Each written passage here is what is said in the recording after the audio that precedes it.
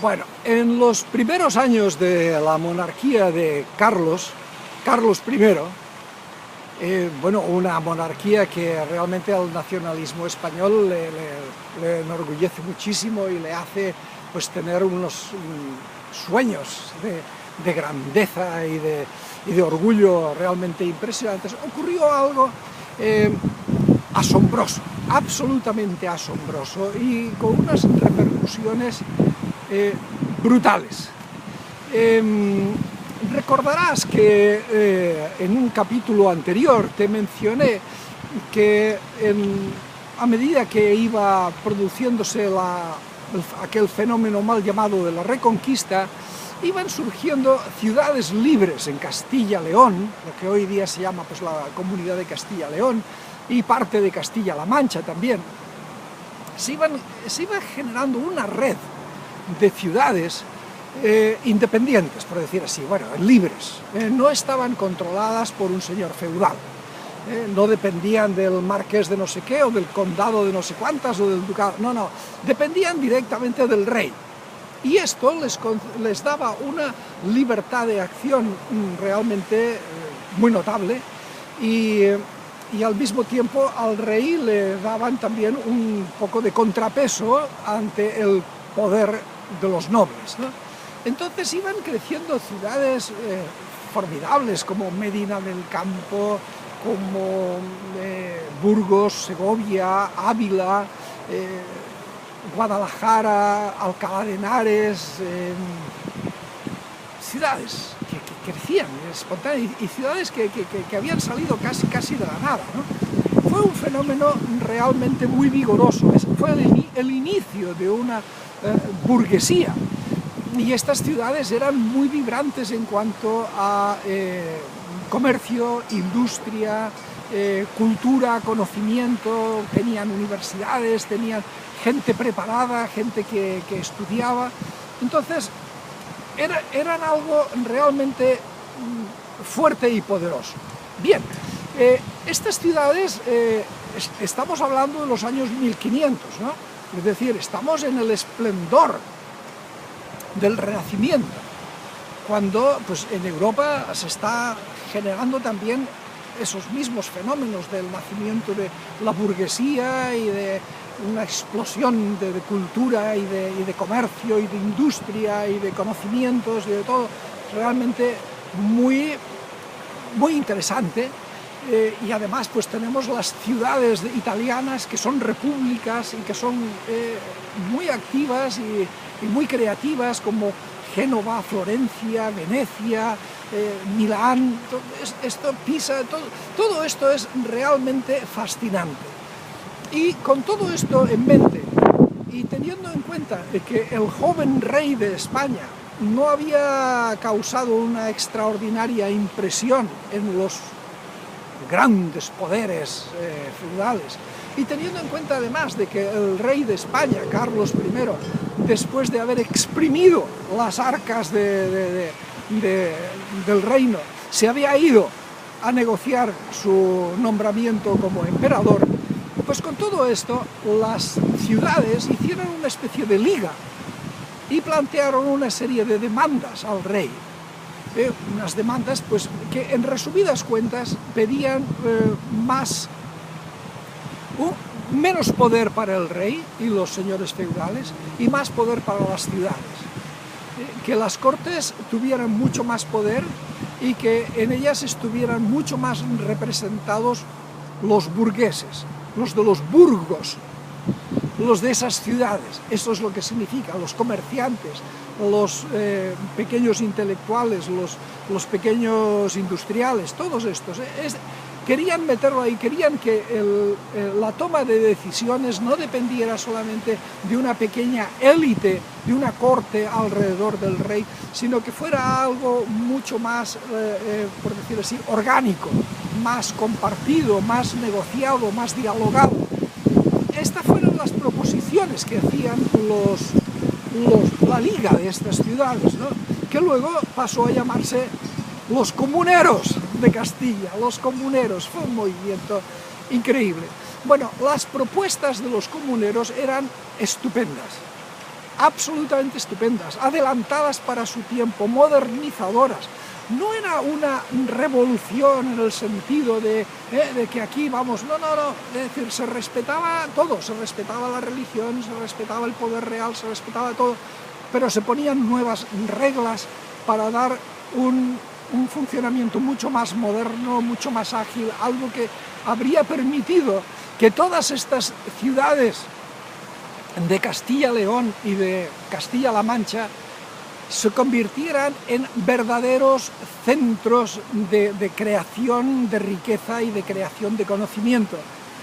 Ávila pudo haberse convertido en Hamburgo, en Múnich, en Manchester, en Ámsterdam, pudo haberse convertido en eso, y hoy día pues eso sería increíble, o sea, habría una red de ciudades riquísimas en España. Bien, pues el rey rechazó estas ofertas una y otra vez y no quería ni negociar nada.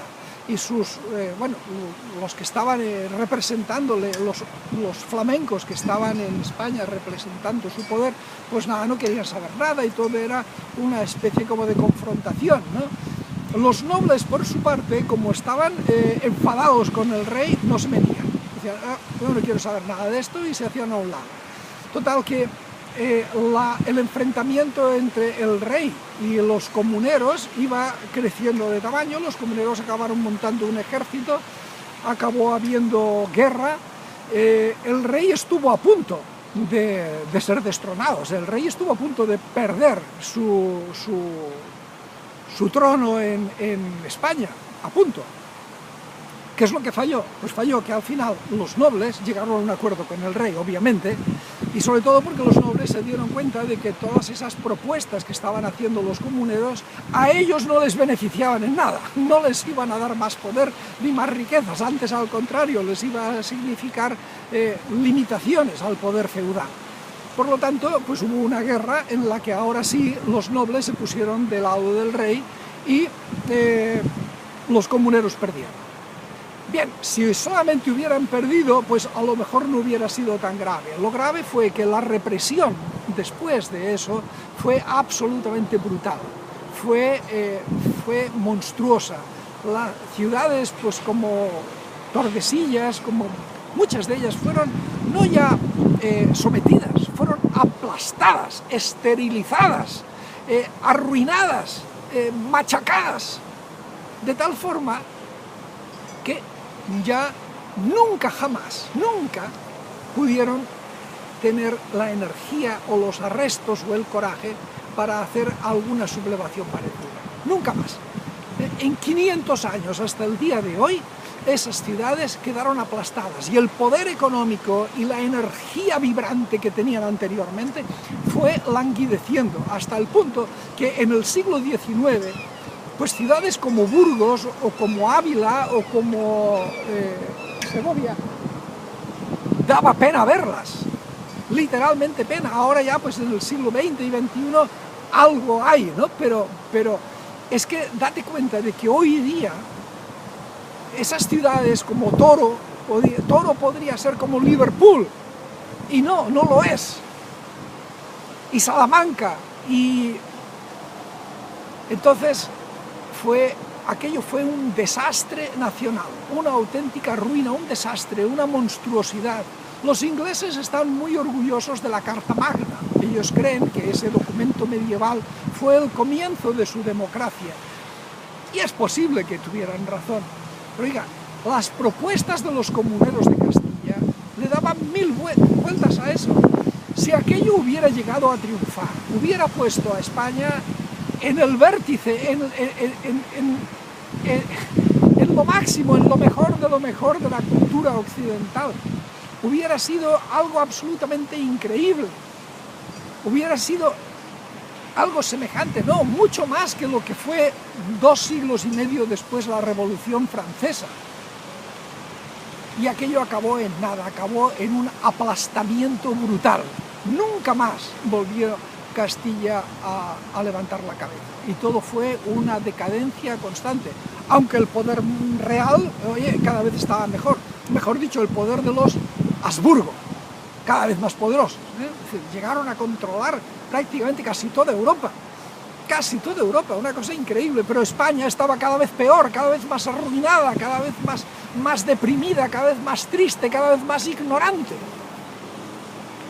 Esta es la historia de los comuneros de Castilla. Y por último, te quiero decir, los comuneros de Castilla no era el pueblo en armas, ¿eh? Es decir, no te vas a imaginar que eran pastores y lavanderas, no, eran los burgueses, eran la gente que tenía, pues, algo de conocimiento, que sabían leer y escribir y que a lo mejor tenían algunos estudios. Había muchísimo clero ahí, clero de bajo nivel, evidentemente, no alto clero, no había cardenales ni arzobispos, pero había obispos de pequeñas poblaciones, había sacerdotes y religiosos que habían estudiado y habían visto que se podían hacer otras cosas. Bueno, todo esto sepultado y acabado para siempre, jamás, para siempre. Los resultados de ese desastre los seguimos viviendo hoy día. Hoy día, cuando vayas a cualquiera de esos pueblos antiguos de Castilla, recuerda, esos pueblos podrían ser lo que hoy día es Múnich, lo que hoy día es Rotterdam, lo que hoy día es Milán, lo que hoy día es Edimburgo. Cualquiera de esos pueblos que ahora nada, son unos lugares insignificantes, irrelevantes para la vida, no ya europea, sino hasta incluso española. Una verdadera lástima, una desgracia, un desastre. Cuando vuelvas a pensar, cuando vuelvas a hablar, cuando vuelvas a oír sobre los comuneros de Castilla, al menos en tu interior ríndeles este homenaje. Eran unos genios. Hubieran puesto a España en la cúspide de todo durante muchos siglos, muchos. Seguiremos hablando. Cuídate y hasta pronto.